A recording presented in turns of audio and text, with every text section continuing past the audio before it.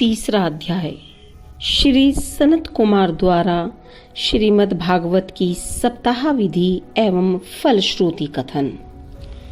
सनत कुमार जी ने कहा, हे नारद, इस श्रीमद् भागवत यज्ञ को करने के लिए सर्वश्रेष्ठ स्थान हरिद्वार में गंगा का तट है।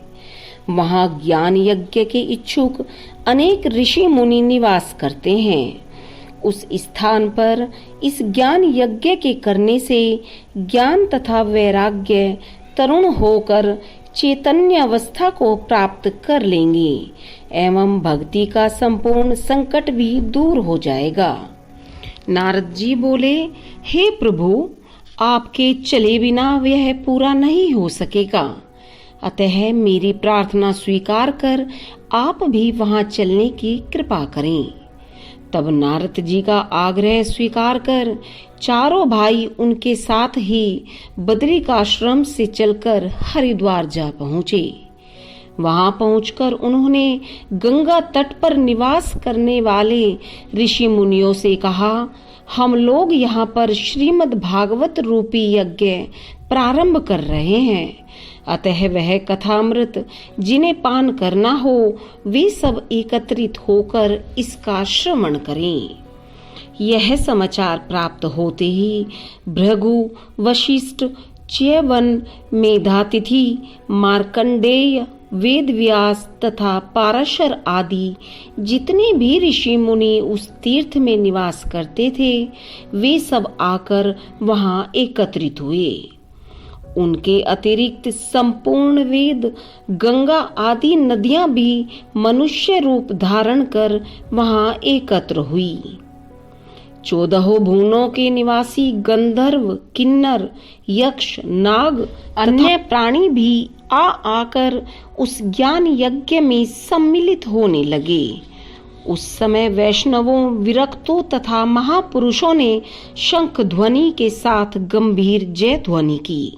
देवतागण भी अपने अपने विमानों पर बैठकर श्रीमद् भागवत की कथा को सुनने के लिए वहां आ पहुंचे।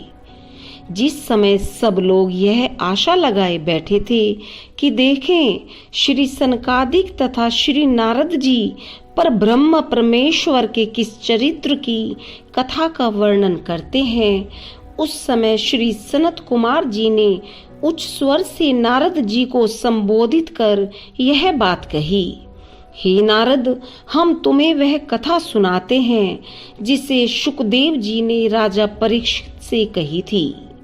वह श्रीमद् भागवत महापुराण की कथा 18 सहस्त्र श्लोकों में है।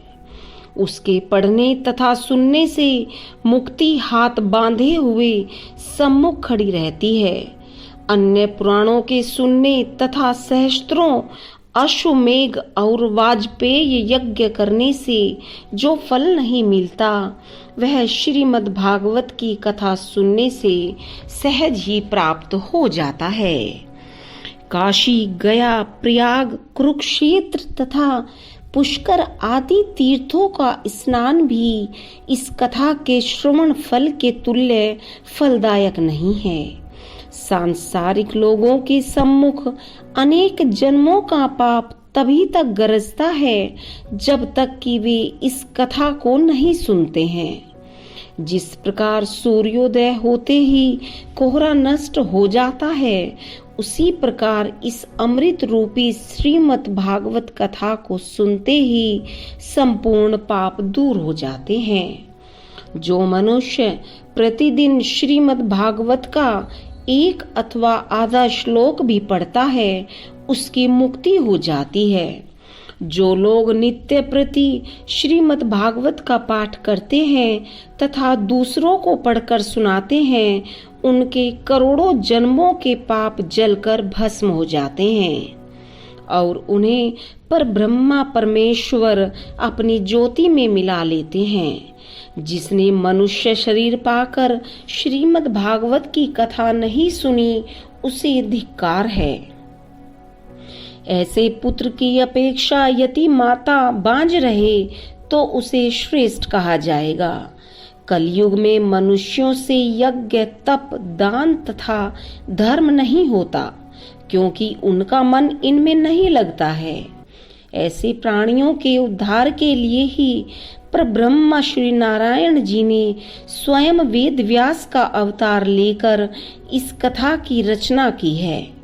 जो व्यक्ति 7 दिन तक इस कथा को मन लगाकर सुनता है, उसे यज्ञ, व्रत, दान आदि सबके फल प्राप्त हो जाते हैं, वह मुक्त हो जाता है। इस श्रीमद् भागवत के 11 स्कंद में वर्णित ज्ञान को भगवान श्री कृष्णचंद्र के मुख से सुनने के पश्चात उद्धव ने जब यह जाना कि कलयुग आने वाला है, तब उसने भगवान श्याम सुंदर से यह प्रार्थना की, हे मुरली मनोहर, आप तो वैकुंठ धाम को प्रस्थान कर रहे हैं, अब सांसारिक प्राणियों का उद्धार कैसे होगा? तब त्रिभुवनपति ने कहा, हे उद्धव, तुम तो बद्रिकाश्रम में जाकर तप करो, जिससे तुम्हारी मुक्ति हो जाए। मेरे पश्चात श्रीमद् भागवत रूपी मेरी मूर्ति संसार में विद्यमान रहेगी। जो मनुष्य श्रीमद् भागवत का ध्यान पूर्वक पाठ अथवा श्रवण करेगा, उसे अपने हृदय में मेरे दर्शन प्राप्त हो जाएंगे। इस प्रायण को सांसारिक दुखों से छुड़ाने वाला समझना चाहिए। इसके अतिरिक्त अन्य कोई वस्तु मनुष्य को माया रूपी जाल से छुड़ाने के लिए श्रेष्ठ नहीं है। इतनी कथा कहकर श्री सूत जी ने शौनकादि ऋषियों से कहा, हे ऋषियों, जब श्री सनत कुमार जी ने श्रीमद् भागवत का पारायण प्रारंभ किया, तब उस अमृत रूपी कथा के प्रताप से वे दोनों बूढ़े ज्ञान वैराग्य भी, जो अचेत पड़े थे, तरुणावस्था को प्राप्त कर चैतन्य हो उठ बैठे। इस प्रकार भक्ति का सब संकट भी दूर हो गया।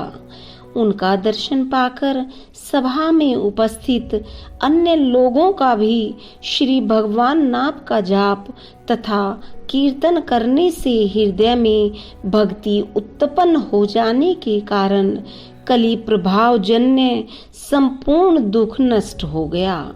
सब लोग एकाग्रचित हों श्रीमद् भागवत की कथा का श्रवण करने लगे।